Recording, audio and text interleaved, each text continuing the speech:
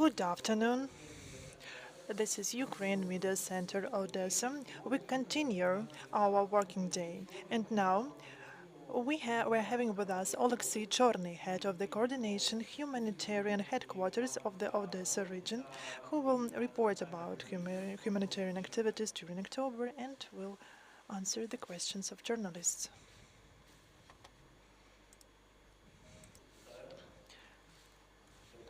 Good afternoon, everyone. Thank you for the invitation. This is a new media platform for us. Our monthly report has already become traditional because we try to summarize the results of our works to understand the indicators and their dynamics, and to inform the population and international organizations about our activities, our progress, and challenges. In October, the situation improved a bit in terms of obtaining humanitarian aid. In September, we had 350 pallets. Now, this number has increased to 435. This is due to the fact that we have deepened our cooperation with the UN agency. And we have also launched the big program, which we called the common or joint food packages. And we plan to provide thousands of such product packages during 3 months to the communities, territorial communities in Odesa region. And we have already received first packages with the vegetable oil and other products. We add the cardboard box to provide these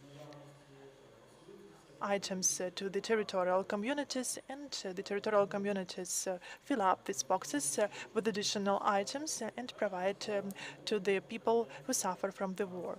So the situation has improved a bit in October, but if we compare with March and April and May of this year, the situation and the numbers have been declining in general. We continue our cooperation with UNICEF, and we obtain from them the self-care products, individual packages, and for collective IDP centers.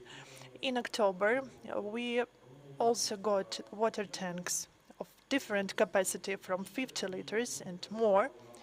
We provided such tanks to schools, orphanages, hospitals, and also to the communities of our oblast. We also have a close cooperation, and we plan to increase the amounts that we get. We cooperate with all the communities in the oblast, and we have an opportunity to meet their needs, responding to their inquiries, and we also understand how the situation changes there. As for general statistic data, the number of IDPs on the territory of Odesa Oblast is 123,000 persons. These are people who have officially registered, and we understand that not all IDPs register due to different reasons. Some of them do not plan to stay here for a long time and plan to leave to other oblasts of Ukraine or abroad. Others do not understand the benefits and advantages of the IDP status. Some are afraid to different reasons. That's why we discuss this issue at the oblast level with the donor organization, and we believe that the number is around 150,000 of IDPs in our oblast.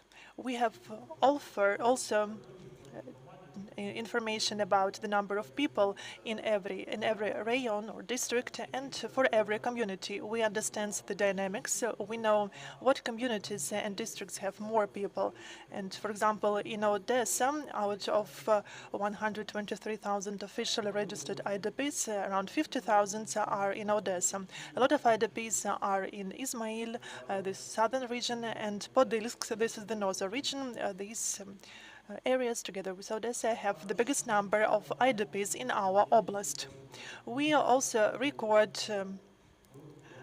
information about the amount of people obtaining and getting aid at the level of communities. We work with communities, and our task is to support the communities. Around 81,000 persons obtained aid in their communities in October. Communities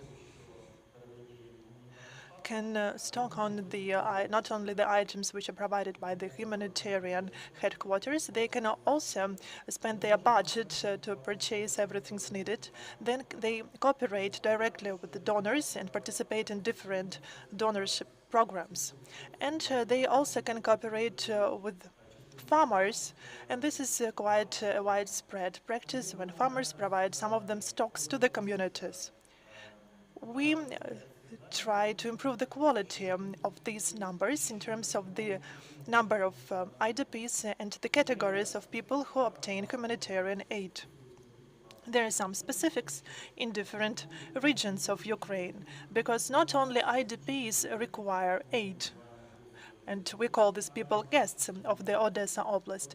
But also the permanent residents here also sometimes require aids due to the impact of the war. And, for example, they lost their income, or the income is not enough to cover all their needs. This category includes large families who have 3 and more children, single parents, people with disabilities, retired persons, people who suffer severe diseases, and low-income families or individuals, so those whose income is less than 2 minimums officially established at the level of the state. These people can get aid at the distribution points and ask for the humanitarian aid. We also update information about the project, which is called Neighbors. In October, we reached 235,000 of food packages that we provided to the Mykolaiv Oblast.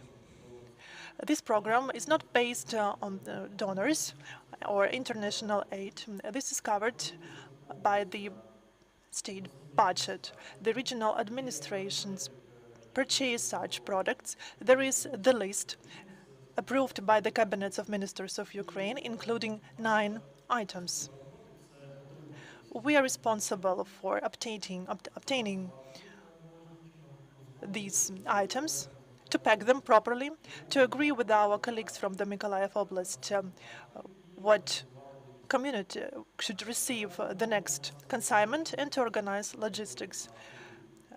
The general standard is 400,000 food packages, and part of this, around several thousand, were provided to the IDPs from Mykolaiv who are now residing in the Odesa Oblast. So we believe that this month we will be able to use part of these food products for the IDPs from Mykolaiv living in Odesa. So we will cover this not only at the expense of donor organizations and communities, but also at the expense of the state budget. There are around 150,000 food packages that we will provide to the Mykolaiv Oblast. And it depends on the speed supply of supply, and also on the opportunities that we have in terms of the provisions. But we believe that we will be able to meet the objectives within this neighbor program.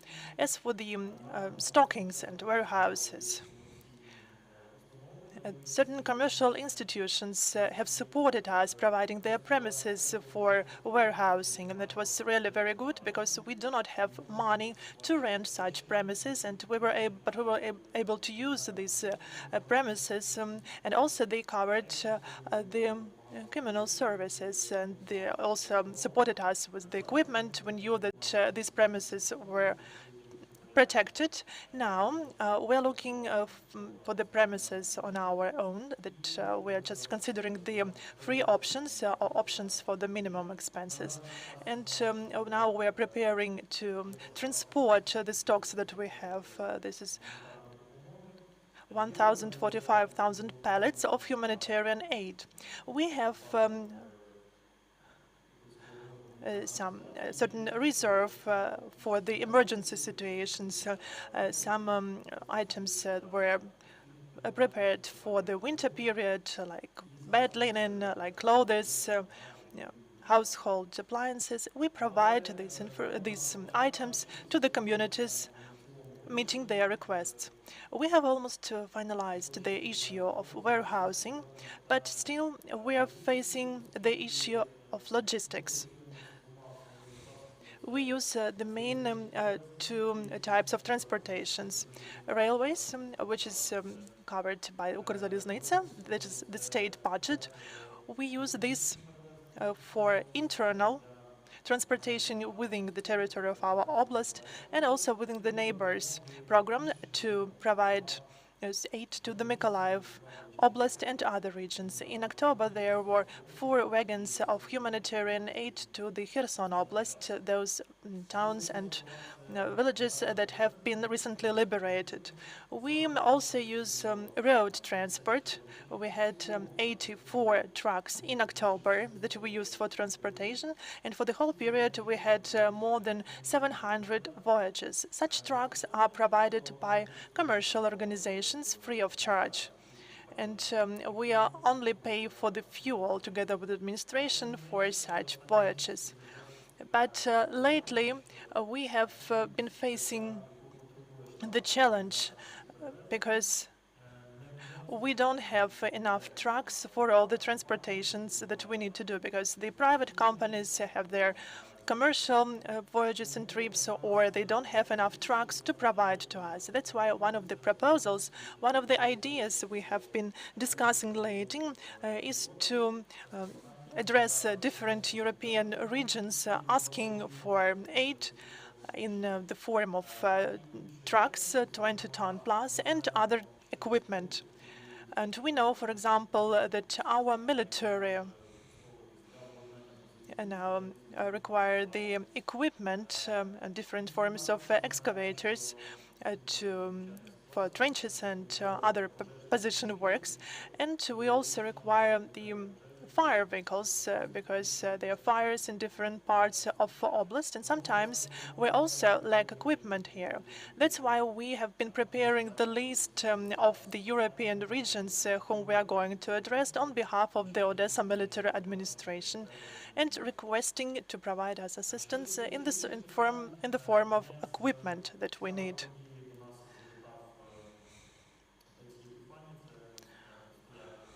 Father Epiphany, the head of the Ukrainian Christian Church, have visited us lately, and this is an important event for us. And actually, we have invited the representatives of volunteer organizations, and Father Epiphany said that it is very important to have some support, to be motivated by something, to have the source for inspiration for such work. And in our office, we were honored to have a honored delegation, and I think that this is an most interesting event. We have been also preparing to the winter season because all of us understand that we will face more challenges during the winter period. That's why in October and partially in September, we collected information from the IDP collective centers and private households in terms of their needs. We also provided this information to donor organizations. We've been cooperating in the territory, in our oblast. We have also visited all IDP collective centers that we had information about to see with our own eyes how they organize their work, the conditions people live in, what challenges they've been facing, and what is the prospect of development of such IDP collective centers in the future. Most of the organizations we have been cooperating with asked us for the information about the IDP collective centers. For Ukraine, this is not a common situation because around 5% of IDPs in Ukraine reside on a permanent basis in these collective centers. The reasons are different. Some people want to live separately. They are not satisfied with the conditions in the collective centers. The policy of the IDP collective centers, because most of them are ready to accommodate people for a short period of time, from several weeks up to several months. That's why most people reside in private houses. The Prehistok program, which is the shelter year, which was initiated by the president of Ukraine and the relevant ministry, was quite effective. But now we see that now most private owners are not ready to provide accommodation to IDPs free of charge. Now the owners ask for the rent to be paid. And when we communicate with the IDPs abroad, we understand that no European countries private owners provide the accommodation free of charge. In all countries, these costs are covered by states. And we understand that the community and oblast budgets are not enough to cover the accommodation expenses. In terms of the rent, that's why 2 days ago we addressed the international institutions to start the centralized program for accommodating IDPs. This is, we speak here about long-term rent from 6 months and more. And we were able to come to the common denominator, and we understand the partner organizations will be able to support us in this area. And we will be ready to offer the IDPs in our region to participate in this program. The Cabinet of Ministers in September issued the decree to compensate the communal services for collective centers of different type of ownership, private and public. There is a specific procedure, and we have been explaining this procedure to the management of these collective centers, for them to understand how they can obtain compensation at the expense of the community budgets. And there is also the compensation for private houses, 30 hryvnias per day, so it's around 900 hryvnias per month, that will allow to cover at least communal needs in private houses.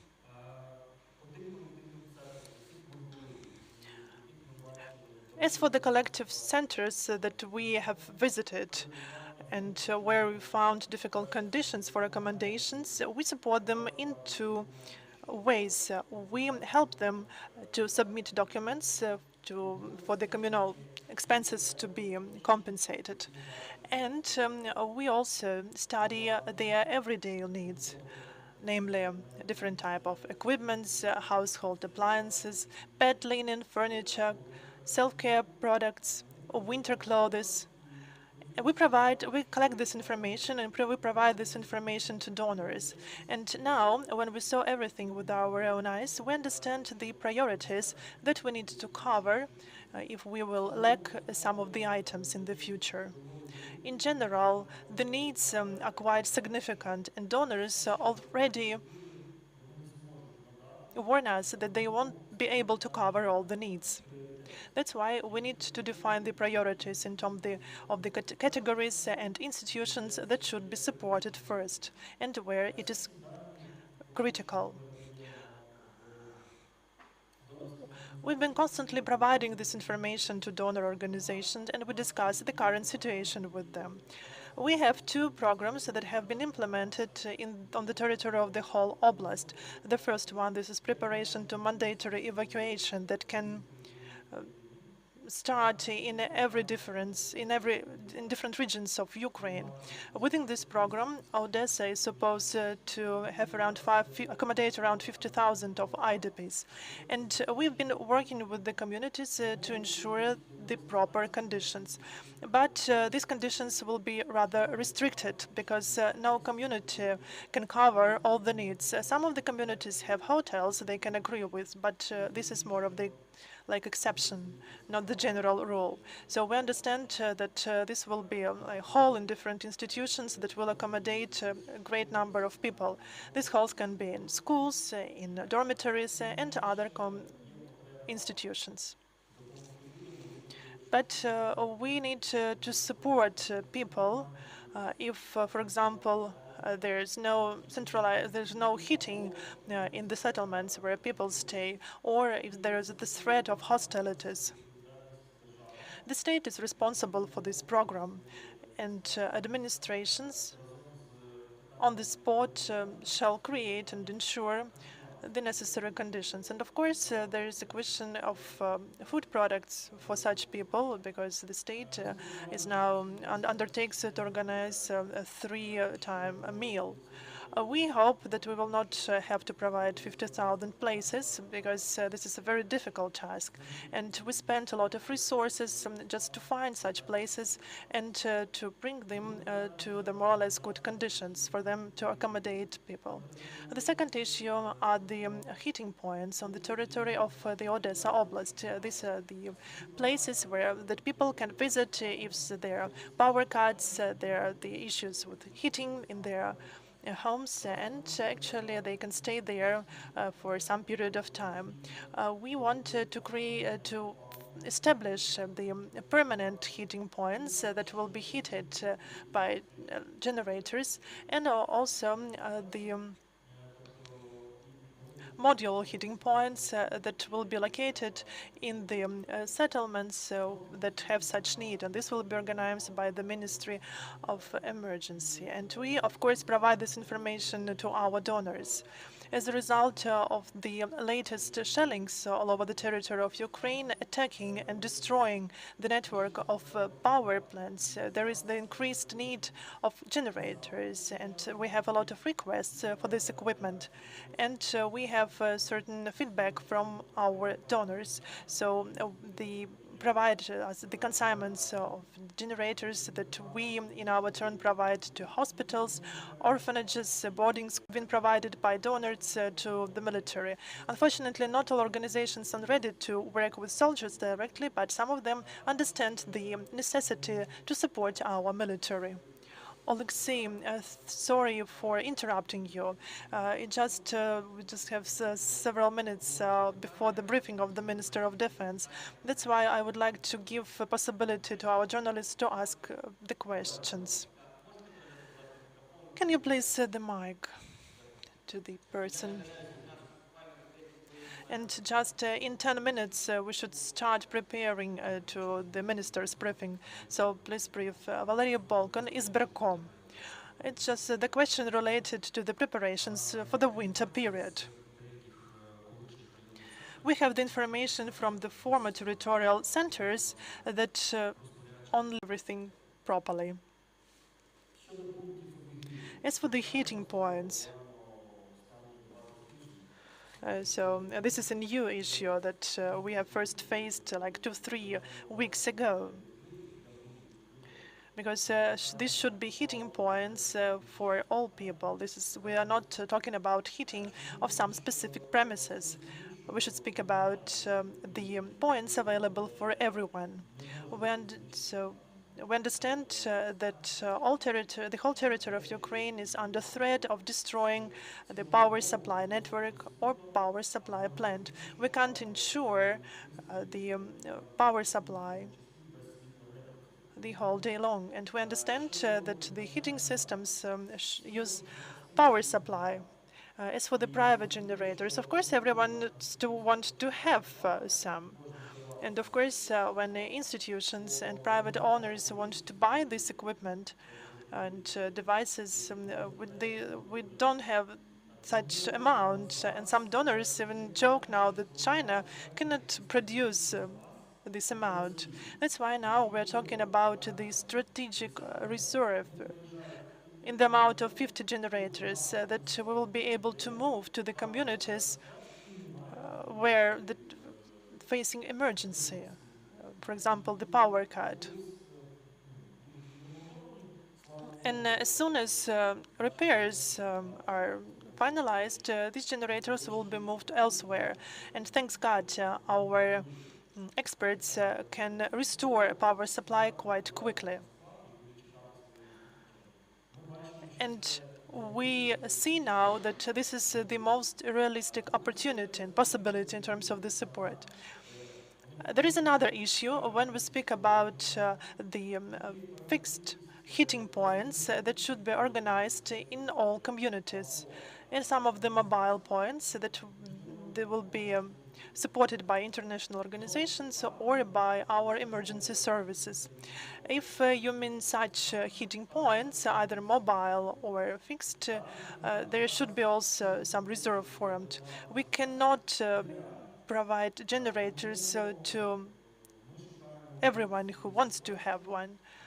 We're trying to find the solution to this situation. So we're just getting ready to possible situations when there will be power cuts for a certain period of time.